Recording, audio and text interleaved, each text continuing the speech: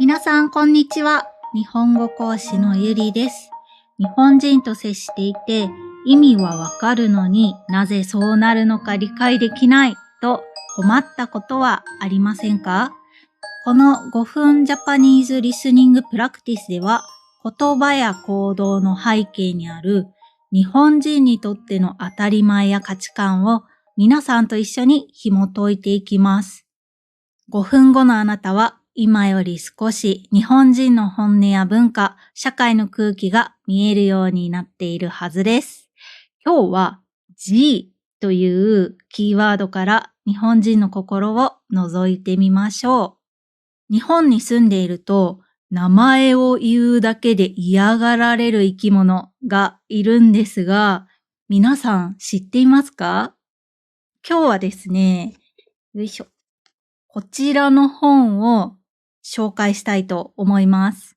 これがタイトルですね。ゴキブリ研究始めましたという本です。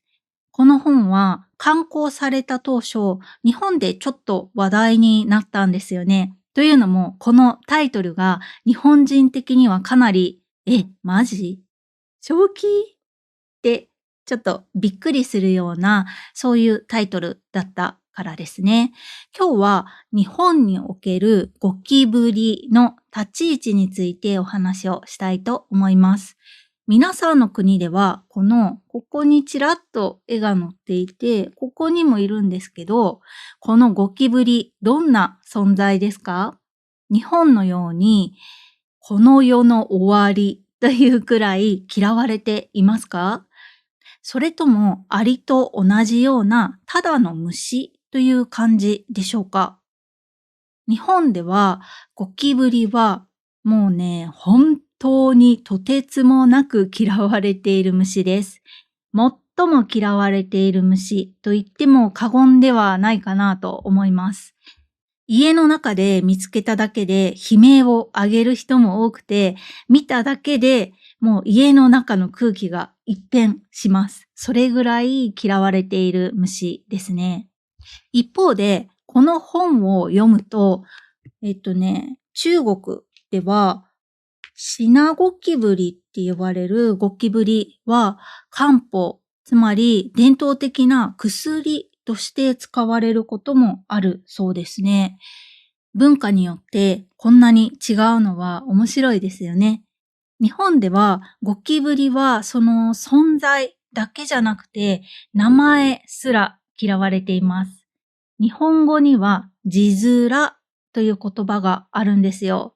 文字の並び、文字から受ける印象のことですね。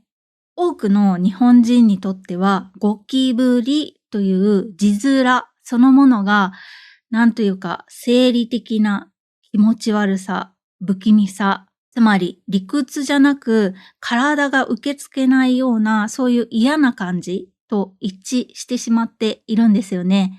なので日本ではゴキブリの名前を直接言わないでアルファベットの G で呼ぶ人も多いんですよ。皆さんハリーポッターってご存知ですか？そこに出てくる名前を言ってはいけないあの人みたいな扱いがされています。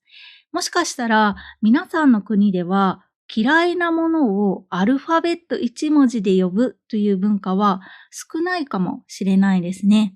日本では昨日キッチンに G が出たっていう時、話し手は単に名前を省略しているわけじゃないんですよね。